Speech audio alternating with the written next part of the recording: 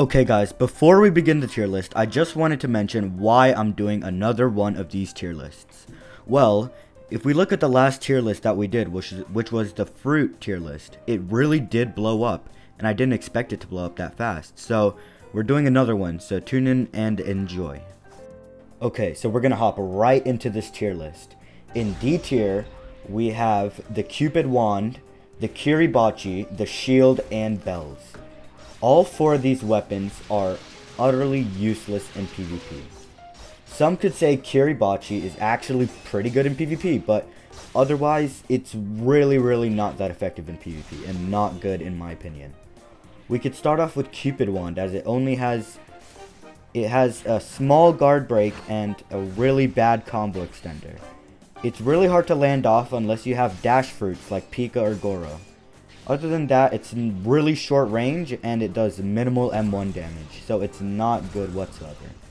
Next we have Kiribachi. If you really know how to use this weapon, then you could even put it in B tier, but otherwise it's not really the best weapon to use. There is a guard break and a barrage move, and the barrage move is very hard to land, so is the guard break. It has big range but slow M1s that could be blockable at some points. Other than that, Kiribachi isn't really a great weapon either. Now we have the Shield and the Bells. There's not much to say about Bells, as it only has a healing move.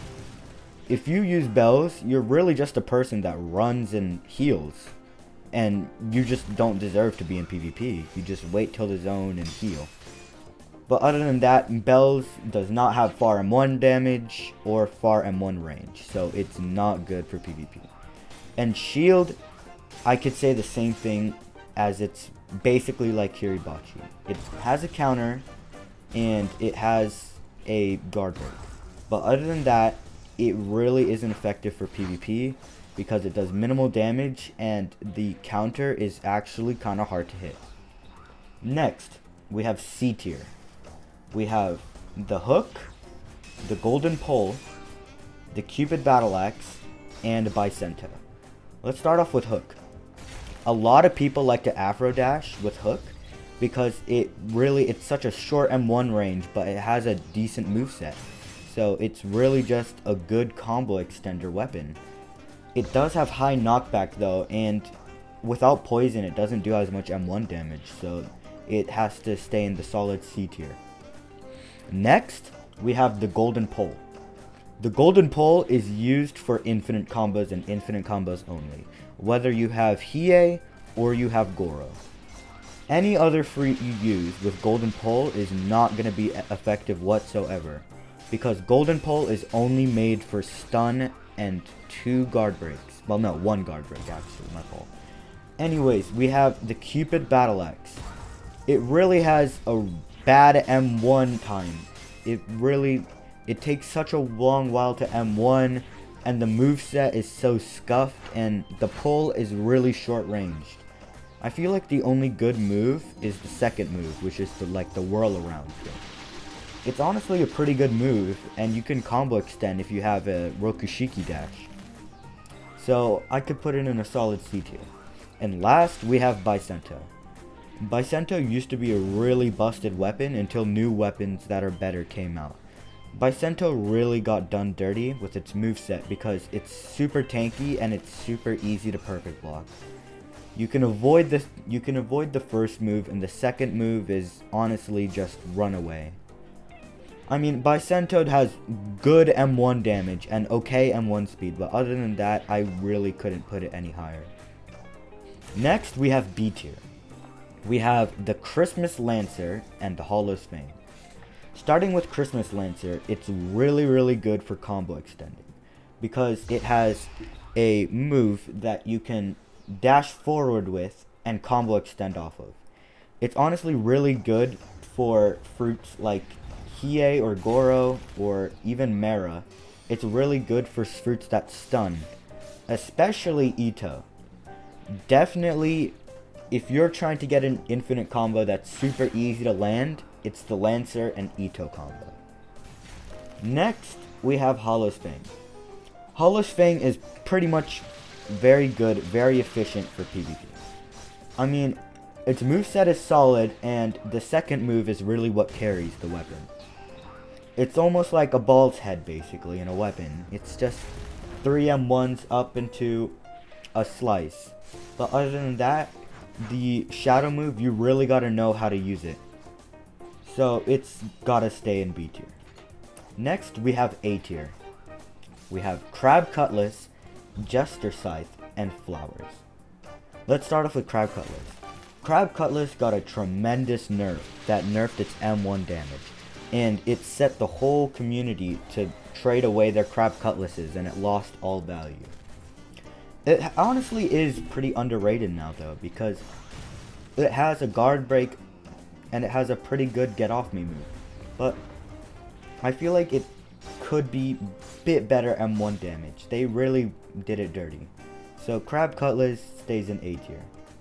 The Jester Scythe, it has a very solid moveset, very solid M1 speed, and it has a medium M1 damage rate. It has a guard break, which is a whirl around move, but it's very hard to combo extend off of unless you have dash fruits like Goro or Pika. So I would say it's honestly a pretty solid weapon, but it can't really go in S tier. Next we have Flowers. Flowers are honestly a very good weapon, but people mostly use Fishman that carries the weapon. It's not really a weapon itself, but it's used for its huge hitbox bring-in. It really does carry the PvP match, and it's a huge combo extender. So I would have to keep it in A tier because it only has one move and it's not really used as a weapon sometimes. Now we have S tier. We have the Kraken Greatsword, we have the all famous Candy Cane, we have Elo Hammer, and we have Trident.